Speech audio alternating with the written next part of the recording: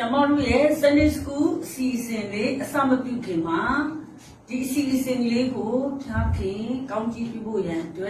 rape, Taki Tana Bama, County Duncan Taya, no? A alo, Sudan Tabasu. Come some in not the video, Jesse Dine will chill you get it on the pop the king. I didn't let it to a Kurabu Jesu Tamare. The data Kuni Kurodi the Viro would do you be at the lake Kurabu Jesu Tamare pop the king. Kurabon on Amara Bangu, Chima Mare, China Pare, Kurabon Nikaba, Sessa, Pomti Gedo, Kuronama di Nijit below night Shabasido, Lura di County Bonite piece of Gedo, Nijibo Mark, piece of Masibo. Shiro Mautu doing Chinkate Kama, not to be young Jizzy like Mashide, Anna Chimpitri, Masoni Chimpitri. Tadami Luis Sudan Chintanigo, Kuromacha out, Kuromana Hesi out, we don't see it, Pitchy Dele, Dauma Mare, Pa, Colodroma, Colonire, Coronditari Dele, Kurobuchi Sutamare, a truth be Sudan Sangudima, the cook the middle yet, the sea, the shadow, go to the letterema, Sutis or Anamare, go no Chimon Chinima on the cow, sweet and Nupot or the Tachi on the cow. Shiva Akupa Shiva, Unimas Happy Baba, the Jabi, the Samari Bomale, Papiashi County together. The cook, not on can you tell me? I'm getting a young cheesy dine at the dark Titi Male, Jesu do a Groshivia Usuva, Usawa. Look but the Dario Nata, a whole pen that gave a letter at the Dama, at the Shinayana Tangi to be only 9 target to me, Pixie Masa Biba, Jesu Jamare, Jesu Chimare, who can you eat night cool see Jinsi time to it, sit down second down some and country. That be the Jinsi dying would see you get in the Buddha, the king shoot critto eat Nama would meet you, shoot the Jimpi, Jesu would Chimoy, sit down Sapu Java, eat Pamna Swat Piat King. Amen.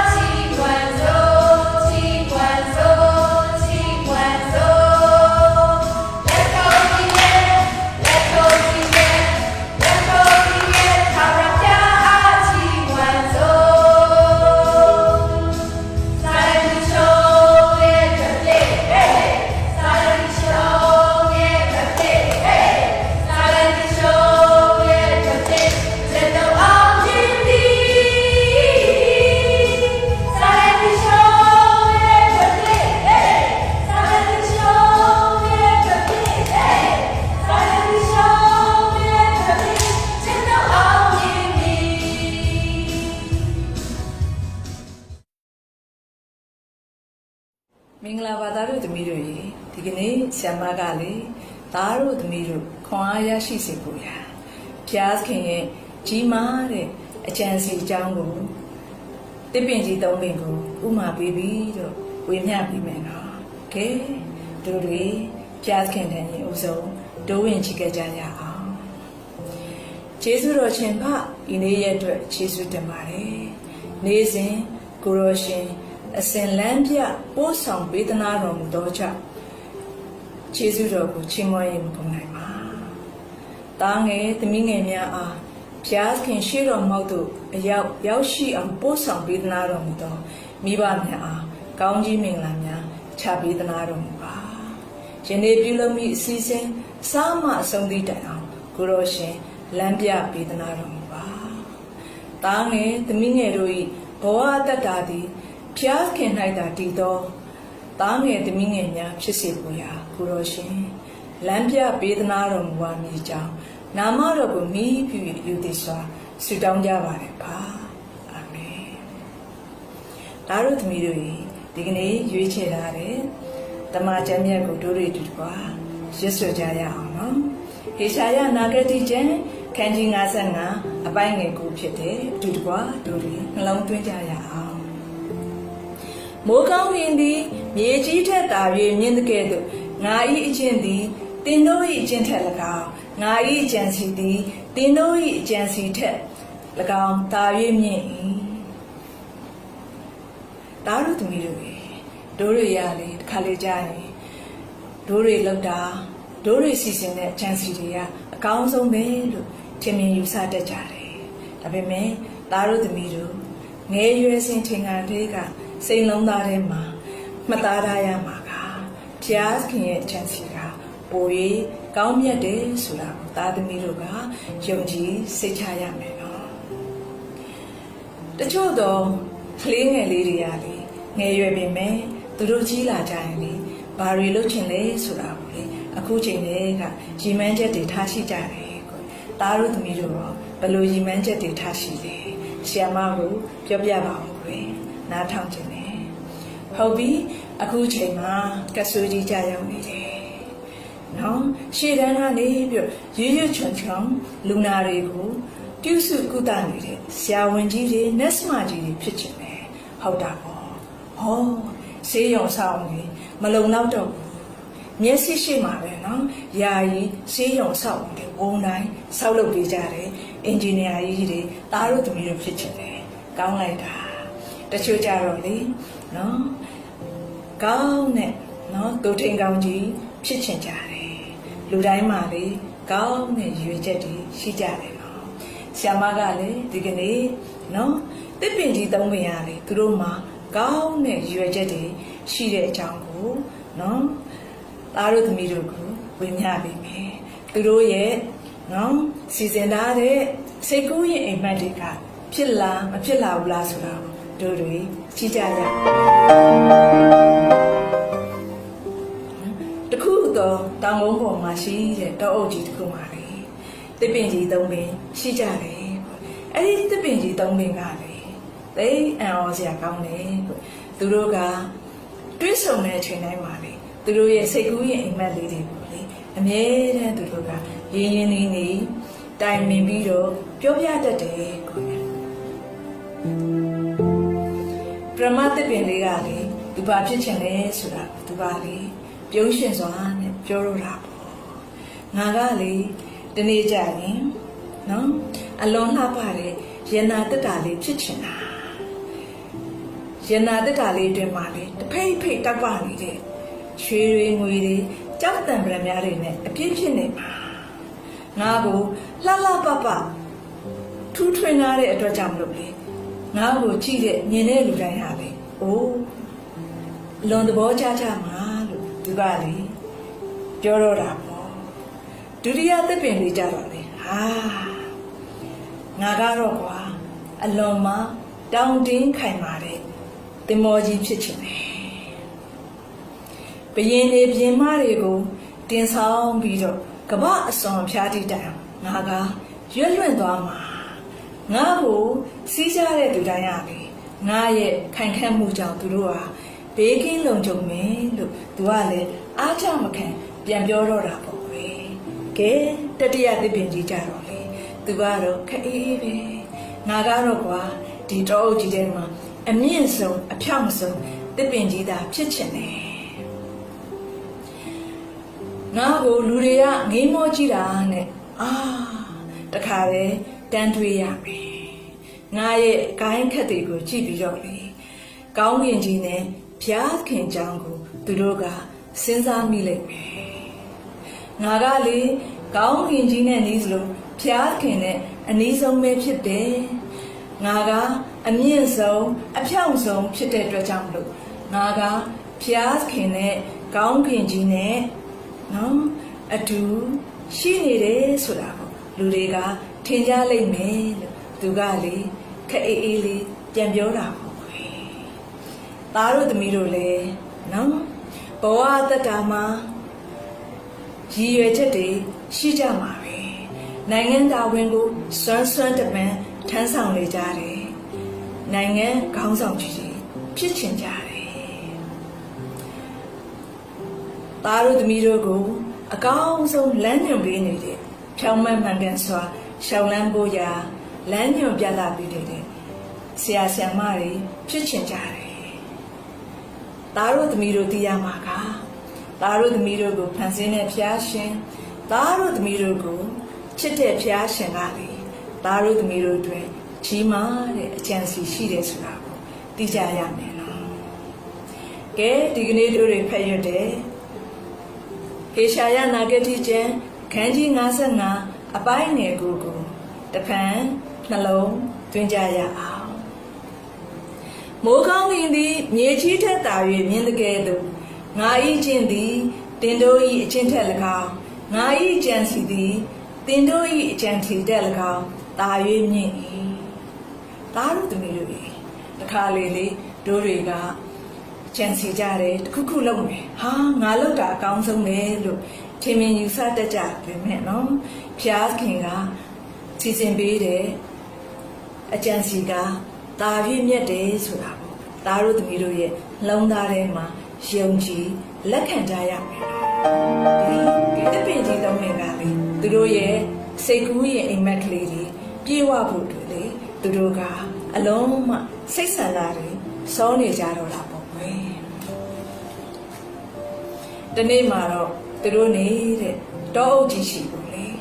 တိခုတ်သမားတွေရောက်လာကြတယ်ဗြဟ္မသစ်ပင်ကြီးနာကိုလေတိခုတ်သမားတယောက်ကရောက်လာတဲ့အချိန်မှာသစ်ပင်ကြီးကိုကြည့်ပြီးတော့လေဒီသစ်ပင်ကြီးကလေတမလိုက်တာသူ့ကိုယ်သာလေလက်သမားဆရာရှိကိုရောင်းလိုက်ရင်တော့ကွာပြောပြီးတော့လေဗြဟ္မသစ်ပင်ကြီးကိုခုတ်လဲလိုက်တော့တာဗြဟ္မသစ်ပင်ကလေသူကရဏတက်တာလေးဖြစ်ချင်နေတာနော်လက်သမားဆရာကြီးကိုရောင်းလိုက်မယ်ဆိုတဲ့အတန်လေးကိုကြားလိုက်တာလေသူကလေအလုံးမပျော်ရွှင်နေတာပေါ့ကွယ်ကဲဒုတိယသစ်ပင်ကိုကြည့်ပါဦးဒုတိယသစ်ပင်သားကိုလေတိခုတ်သမားရောက်လာတဲ့အချိန်အပပဒီသစ်ပင်ရဲ့ခိုင်ခန့်မှုကတော့ပြိုင်ဆန်ရှားတယ်ကွာသင်္ဘောချင်းကိုသွားရောက်ရမယ်ဆိုပြီးတော့တိခုတ်သမားကလည်းဒုတိယသစ်ပင်ကိုခုတ်လဲလိုက်တာပေါ့ဒုတိယသစ်ပင်လေးကခိုင်ခန့်နဲ့သင်္ဘောကြီးဖြစ်ခြင်းနဲ့ဘီရင်နေပြင်မတွေကိုတည်ဆောင်တဲ့လှပတဲ့သင်္ဘောကြီးဖြစ်ရတော့မယ့်အရေးကိုသူကလေတွေးပြီးတော့ဝမ်းမြောက်နေတာပေါ့ကွယ်တတိယသစ်ပင်သားကိုလေတိခုတ်သမားတွေရောက်လာတဲ့အချိန်မှာတတိယသစ်ပင်ကလေသိပြီးတော့ထိတ်လန့်သွားတယ်ကွယ်သူ့ကိုယ်သာခုတ်လိုက်မယ်ဆိုရင်သူဖြစ်ချင်တဲ့သူ့ရဲ့ရည်ရွယ်ချက်ကဘလို့မှပြေးလာတော့မှာမဟုတ်ဘူးဒါပေမဲ့လေတိခုတ်သမားတွေကတတိယသစ်ပင်ကိုလည်းခုတ်လဲပြီးတော့တဲဆောင်သွားကြတယ်ကွယ်သားတို့သမီးတို့ရဲ့ဘဝတတမှာလေစီစဉ်ထားတဲ့အရာတွေကြံစီထားတဲ့အရာတွေမဖြစ်လာတဲ့အချိန်မှာသားတို့သမီးတို့လည်းဖျားခင်ကငါ့ကိုများမင်းနေလားဆိုပြီးတော့စိတ်ပြဲဝမ်းနည်းမှုတွေကြုံတွေ့ကြရမှာပဲတော့သားတို့သမီးတို့သိရမှာကလေဖျားခင်ကလေသားတို့သမီးတို့ကိုတော့မှမမေ့ဘူးခွဲဖျားခင်ရဲ့အချိန်ရောက်လာတဲ့အချိန်မှာဖျားခင်ကကောင်းဆုံးကိုစီမံပေးမယ်ဆိုတာသားတို့သမီးတို့လက်ခံကြရမယ်နော်ကဲဒါဆိုရင်ဒီတစ်ပင်ကြီးသုံးပင်ကိုဖျားခင်ရဲ့အချမ်းစီကဘလို့တွေရှိနေလဲတို့တွေထပ်ပြီးတော့တေချာစွာနားထောင်ကြရအောင်ပရမတ်တစ်ပင်လေးကိုလက်သမားဆရာရှိရောက်သွားတဲ့အချိန်မှာလေလက်သမားဆရာကလေပရမတ်တစ်ပင်ကိုလေလိမ့်ဆန်နေစားတဲ့စကွက်အဖြစ်သူ့ကိုပြောင်းလိုက်တယ်ကွယ်လိမ့်ဆန်နေထားတဲ့တင်းကုတ်ကလေးထဲမှာထားပြီးတော့လေသူ့ရဲ့ပုံမှာကောက်ရိုးမြင့်နေနဲ့ဖြည့်တီးလိုက်တာပေါ့ကွယ်ဒုတိယသစ်ပင်ကြတော့လေသားတို့သမီးတို့ရေသူကဖြစ်ချင်တာတော့အလုံးမလှပတဲ့တောင်တင်းခိုင်မာတဲ့သင်္ဘောကြီးဖြစ်ချင်တာလားဒါပေမဲ့လေအခုတော့လေတန်ငါလေးဖြစ်တာသူ့ကိုဆောက်လုပ်ခဲ့တယ်ကွယ်တတိယသစ်ပင်ကိုကြားတော့လေဒီတိုင်းပဲတစ်တုံးကြီးဖြစ်တာနော်သူကိုခုတ်ထွင်ပြီးတော့ မောင်တဲ့အခန်းကြီးထဲမှာသူ့ကိုတကူတဲ့ထားခဲ့တာပေါ့ကွယ်နှစ်တည်ကြာလာတဲ့အချိန်မှာလေဒီတစ်ပင်ကြီးသုံးတွေကလေသူတို့ဖြစ်ချင်တဲ့စိတ်ကူးရင်အိမ်မက်ကလေးတွေကိုတဖြည်းဖြည်းမေးလျော့လာကြတယ်ကွယ်သားတို့သမီးတို့ကြီးဒီလိုအချိန်ခါမှာသားတို့သမီးတို့စိတ်ပြည့်ဝမ်းနေခြင်းမရှိရဘူးနော်ခုနကတော့ဆရာမပါပြောလာတယ်ဟုတ်တယ်ဖျားခင်ရဲ့အချင်းကြားရောက်လာမယ်ဆိုရင်ဖျားခင်ကကောင်းဆုံးကိုစီမံပေးသနာမယ်ဆိုတာကိုငယ်ရွယ်စဉ်ချိန်တည်းကသားတို့ရဲ့စိတ်လုံးသားထဲမှာလက်ခံယုံကြည်ကြရမယ်နော်ကဲဖျားခင်ရဲ့အချမ်းစီတို့လေဆက်လက်၍ရှိရှိတော်နေငယ်ကြာလာတဲ့အချိန်ခါမှာလေလိမ့်ဆန်လေးတွေထားတဲ့တင်းကုတ်ကလေးစီကိုလေအမျိုးသမီးတို့နဲ့အမျိုးသားတို့ရောက်ရှိလာတယ်ကွယ်အမျိုးသမီးကလေကလေးငယ်လေးကိုမွေးဖွားပြီးတော့ကောက်ရိုးမြင့်နေထည့်ထားတယ်နွားစခွက်ထဲမှာထည့်သိပ်ထားတယ်ကွယ်ဒီနွားစခွက်ကလေးကလေပရမသစ်ပင်ကိုထူထွင်းပြီးတော့ဖြစ်တည်လာတယ်နွားစခွက်ကလေးဖြစ်တယ်နော်ကလေးလေးရဲ့ဖေဖေကလေကောင်းတဲ့ပကက်ကလေးကိုစီစဉ်ပေးခြင်းပြင်မယ်အဲ့ဒီအချိန်ခါမှာဒီနွားစခွက်ကလေးကတော့လေကလေးလေးအတွက်ကောင်းစွန်သောပကက်ကလေးဖြစ်ခဲ့တယ်ကွယ်သားတို့သမီးတို့ရေနွားစခွက်ထဲမှာထဲသိပ်ထားတဲ့ကလေးလေးကဘယ်သူများဖြစ်မလဲကွယ်ဟုတ်တယ်ဘေဘီဂျီဇက်ဖြစ်တယ်သခင်ယေရှုကစုံလင်တဲ့ဖျားခင်ရဲ့သားဖြစ်တယ်သခင်ယေရှုကအပြစ်ကိုမလုပ်ဘူးမစင်စားဘူးအပြစ်မရှိတဲ့သူဖြစ်တယ်။ဘာကြောင့်များသခင်ယေရှုကဒီနွားစခွက်ထဲမှာတိတ်ထားခြင်းခံရရတာလေ။ဒို့လူသားတွေဟာအပြစ်သားတွေဖြစ်တဲ့အတွက်ကြောင့်လို့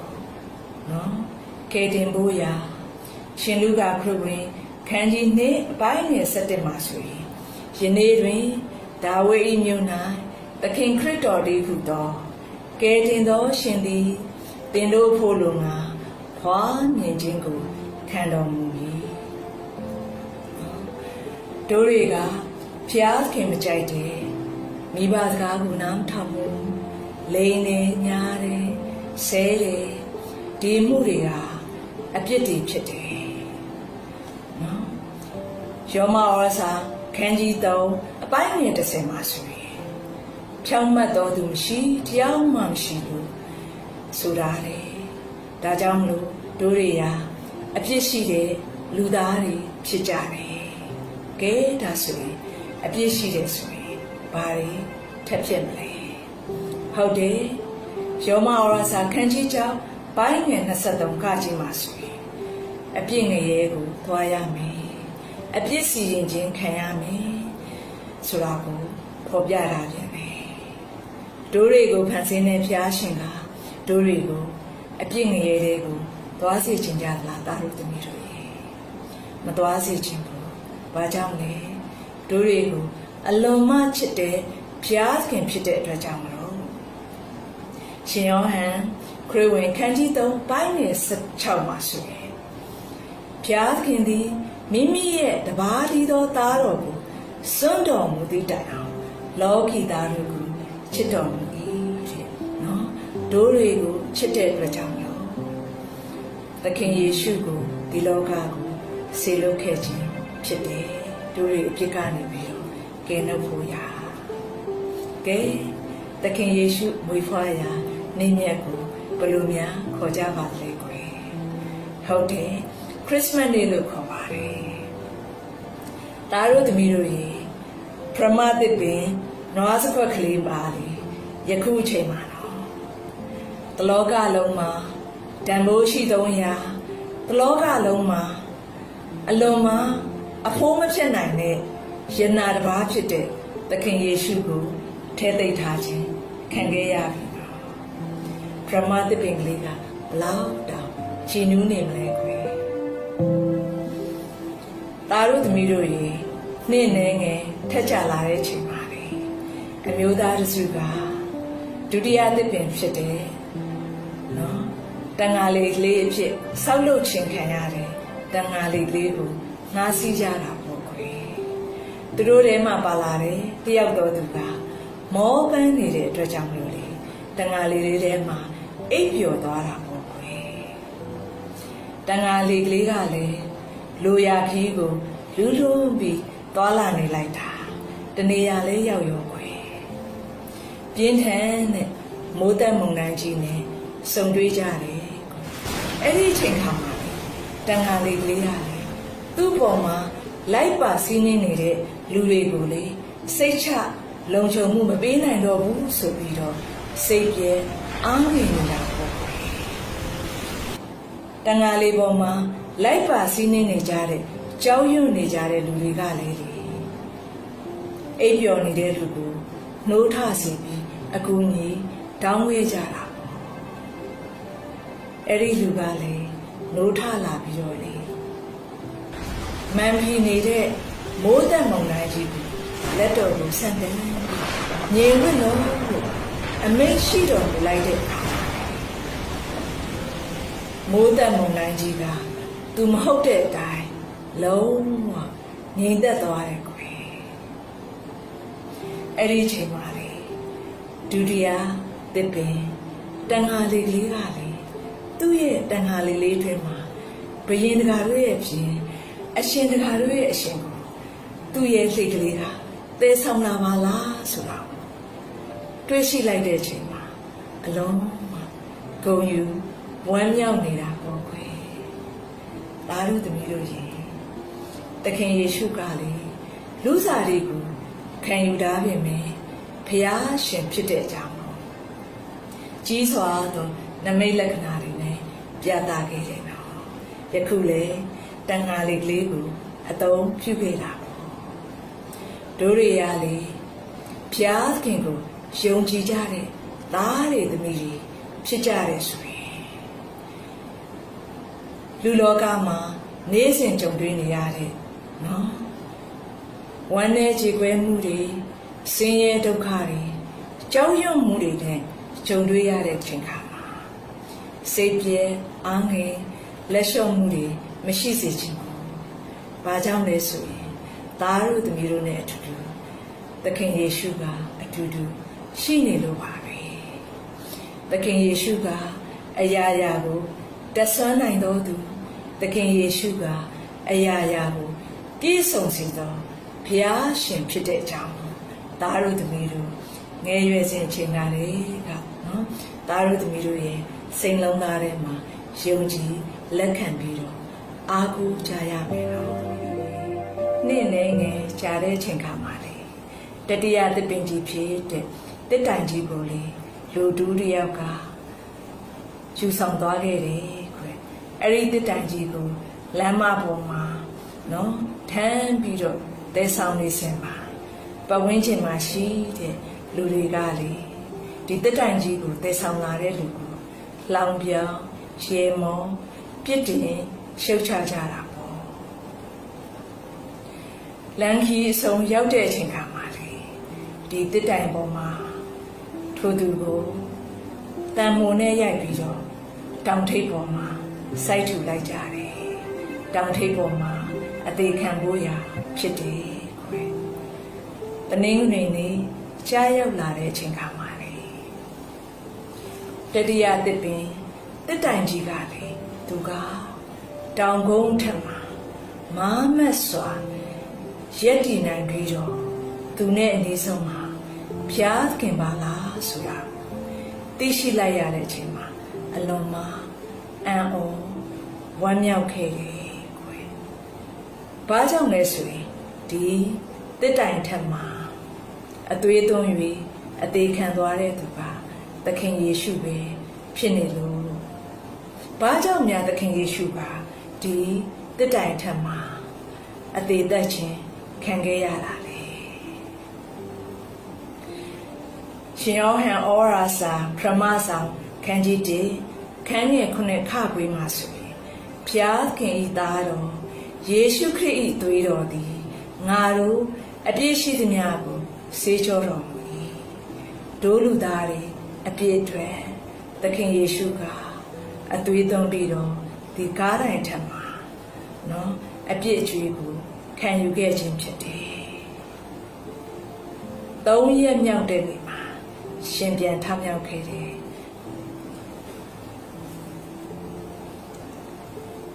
သားတို့သမီးတို့ရေတို့တွေလောကလူသားတွေအတွက်အပြစ်စီရင်ခြင်းမခံရဖို့ရာကောင်းကင်ဘုံစည်းစိမ်ကိုစွန့်ပြီးတော့နွားစကွက်ထဲမှာသခင်ယေရှုကထဲသိခြင်းကိုခံခဲ့ရတယ်နော်သခင်ယေရှုကလူစားတွေကိုခံယူခဲ့တော်လေဖျားဖြစ်တဲ့အကြောင်းကိုကြီးစွာသောနမိတ်လက္ခဏာတွေပြသခဲ့တယ်နော်တို့တွေအပြစ်ငရဲကိုမသွားရလေအောင်ကားတိုင်းထက်မှာအသွေးသွန်းပြီးတော့အသေးခံပေးတယ်သခင်ယေရှုက3 ရက်မြောက်တဲ့နေ့မှာပြန်လေရှင်ပြန်ထမြောက်ခဲ့တယ်အသက်ရှင်တော်သခင်ယေရှုကိုတို့တွေအားလုံးကမိမိရဲ့ကယ်တင်ပါရှင်ဖြစ်စိတ်လုံးသားထဲမှာနော်ယုံကြည်လက်ခံနေဆိုရင်ဘုရားသခင်ကကြီးစွာသောကောင်းကြီးမင်္ဂလာကိုပေးရတယ်ဆိုလေဂတိရှိခဲ့တယ်ခွင့်။ဘာများဖြစ်မလဲပြောပြကြည့်ရအောင်။ဟုတ်တယ်။ရှင်ယောဟန်ခရစ်ဝင်ခန်းကြီး1ပိုင်းငယ်7မှာဆိုရင်ထိုသူကိုလက်ခံသမျှသောသူရီဟုသောကိုယ်တော်ကိုယုံကြည်သောသူတို့အားဘုရားသခင်၏သားဖြစ်ရသောခွင့်ကိုပေးတော်မူ၏။လောက်တောင်ခြေစွတော်ချီးမွမ်းဖွယ်ရာကောင်းလိုက်တယ်နော်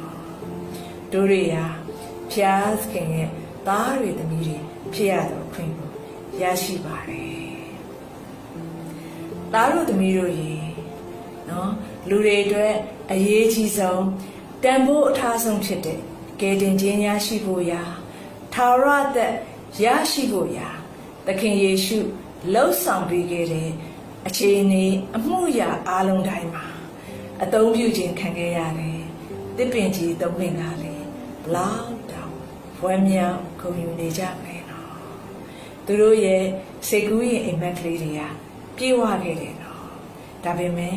သူတို့ကြံစီတဲ့အစီအစဉ်တိုင်းတော့ဖြစ်မလာခဲ့ဘူးနော်။ဒါကြောင့်မလို့သားတို့သမီးတို့ရေငယ်ရွယ်စဉ်အချိန်ကလေးကနော်ဖျားခင်ရဲ့အကြံစီကဒိုးတွေစီစဉ်တဲ့အကြံစီတဲ့ဒါ၍ကောင်းမြတ်တယ်ဆိုတာပေါ့နော်သားတို့သမီးတို့ကအစင်မြင့်တတိယပြီးတော့ယုံကြည်စွာနဲ့မျှော်လင့်ဆောင်စားရမယ်စိတ်ပြတ်မှုမရှိဘဲနဲ့မျှော်လင့်ဆောင်စားကြရမှာဖြစ်တယ်သခင်ယေရှုကိုဒိုးတွေရဲ့ကယ်တင်ပိုင်ရှင်ဖြစ်လက်ခံယုံကြည်မယ်ဆိုရင်လေဘုရားသခင်ကကြီးစွာသောကောင်းကြီးမင်္ဂလာကိုတို့တွေကိုချပေးမယ်ဆိုတဲ့ဂတိတော်လေသားတို့သမီးတို့သိကြပြီနော်ဒါပေမဲ့လေသားတို့သမီးတို့တစ်ခုသိကြရမှာကသခင်ယေရှုခရစ်တော်သားတို့သမီးတို့ရဲ့ကယ်တင်ပိုင်ရှင်ဖြစ်လက်ခံယုံကြည်မှုမရှိသေးဘူးဆိုရင်နော်ဘုရားသခင်ရဲ့ကြီးမြတ်လာတဲ့အမှုအရာတွေကိုဟိုနော်ကျမ်းစီတော်တွေထဲမှာသားတို့သမီးတို့ကိုအသုံးပြုခွင့်ရမှာမဟုတ်ဘူးဒါကြောင့်မလို့သားတို့သမီးတို့ကိုယ်တိုင်ကနော်သခင်ယေရှုခရစ်တော်ကိုယုံကြည်လက်ခံပြီးတော့ဖျားသခင်ရဲ့သားတွေသမီးတွေဖြစ်ဖို့လိုပါတယ်ဒါကြောင့်မလို့သားတို့သမီးတို့ရေဒီကနေ့မှာပဲဖျားသခင်ရဲ့သားတွေသမီးတွေဖြစ်ဖို့ရာသားတို့သမီးတို့ရဲ့စိတ်လုံးသားထဲမှာသခင်ယေရှုခရစ်တော်ကိုသားတို့သမီးတို့ရဲ့ကယ်တင်ပိုင်ရှင်ဖြစ်ခေါ်ဖိတ်လက်ခံကြဖို့ရာဆရာမကလေဒီနေရာကနေပြီးတော့တိုက်တွန်းနှိုးဆော်ပါတယ်ရောက်စီတိုင်းပေါ်မှာဘုရားရှင်ရဲ့ကောင်းကြီးမင်္ဂလာများကြားရောက်ပါစေကွယ် Merry Christmas Happy New Year ပါ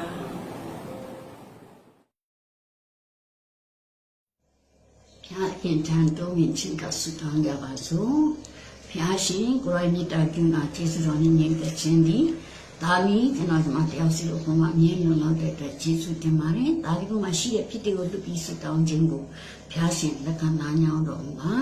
ဒါမီများတို့ဒီအတူတူကဗိမာန်တော်မှာစုယုံပြီးပုတ္တိခြင်းမပြုရတော့လဲအွန်လိုင်းကနေပြီးတော့အတူတူကဆုတောင်းဖို့အခွင့်ပေးတဲ့အတွက်ကျေးဇူးတင်ပါတယ်တင်းတော်မှာရှိတဲ့ဖတ်သင်မှုဆန်လေးတို့ကတင်းတို့တင်သားအင်တော်မိသားစုအားလုံးကိုကောင်းချီးပေးပါယုံကြည်သူတင်သားများအားလုံးပေါ်မှာဖျားရှင်ကြွယ်ဝတဲ့ကောင်းခြင်းမင်္ဂလာနဲ့ညီတဲ့ချင်းဝမ်းမြောက်ခြင်းပျော်ရွှင်ခြင်းကျမ်းမာခြင်းအောင်မြင်ခြင်းယုံကြည်ခြင်းစက္ကပ်ခြင်းအသက်တာတိုးရပူရချပေးပါဖျားသခင်နှုတ်ဘတ်စကားမှာမွေးလျော်နိုင်တဲ့အသက်တာကိုပေးပါဖျားကျွန်တော်တိုင်းပြည်နှိကွာကဘာကြီးကိုကဲတင်တော်မူပါယောဂအဆိုးကြီးမှဖျားရှင်ကဲတင်ဖျားရှင်ဘုန်းတော်သည်ကဘာကြီးအပေါ်မှာခုံးလွှမ်းနိုင်တော်အခွင့်ဖျားရှင်ချစ်ချင်းမြတ်တာသည်ဖုံးလွှမ်းရသောအခွင့်ရရှိဖို့မဆာတော်မူပါကောင်းမြတ်တဲ့အရာနဲ့ဘာလို့ရဲ့အသက်မှာရှောင်လှမ်းမှုမဆာတော်မှာတင်းတော်မှာရှိတဲ့အမိမှာရှိတဲ့ကလေးသူငယ်လူကြီးလူငယ်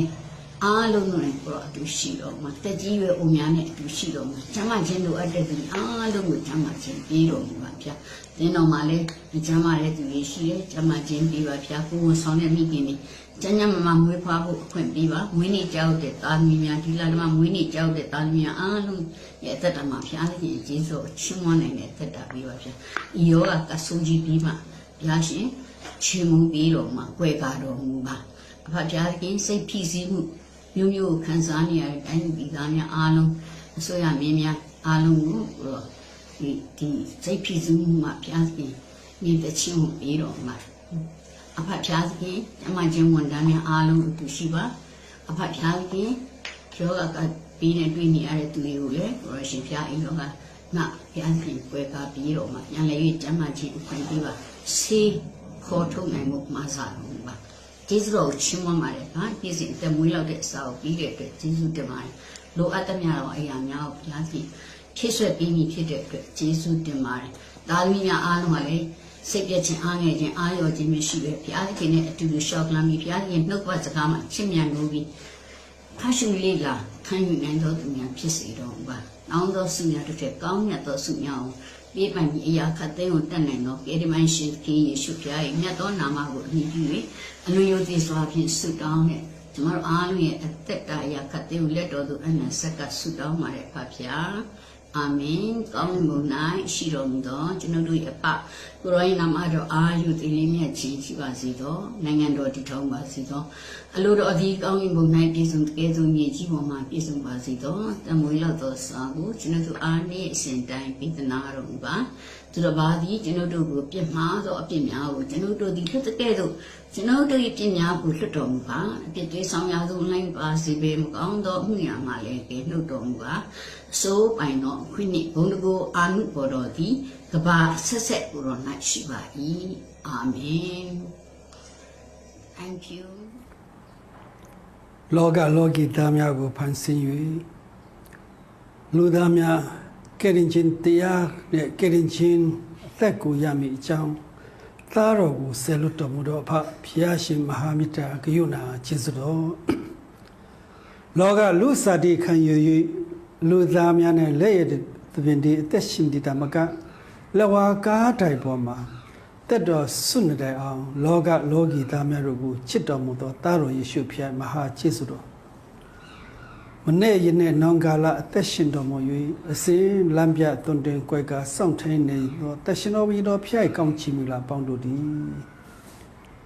သားငယ်တမိငယ်များခရောဖျားနှုတ်ပတ်တရားတော်ကိုနားထောင်ခံယူနေကြသောသားလေးတမိလေးများနဲ့တူလိုက်လံပို့ဆောင်ပေးနေကြသောမိဘအဖို့ဖွာအသီးသီးအသက်တာပေါ်မှာဒီနေ့အသင်းတော်နဲ့ဆက်နွယ်လက်ရှိသောသားငယ်တမိငယ်မိဘအားလုံးပေါ်မှာကာလအစဉ်သက်ရောက်ကောင်းချီးပေးလျက်တည်ရှိတည်နေပါစေသောအာမင်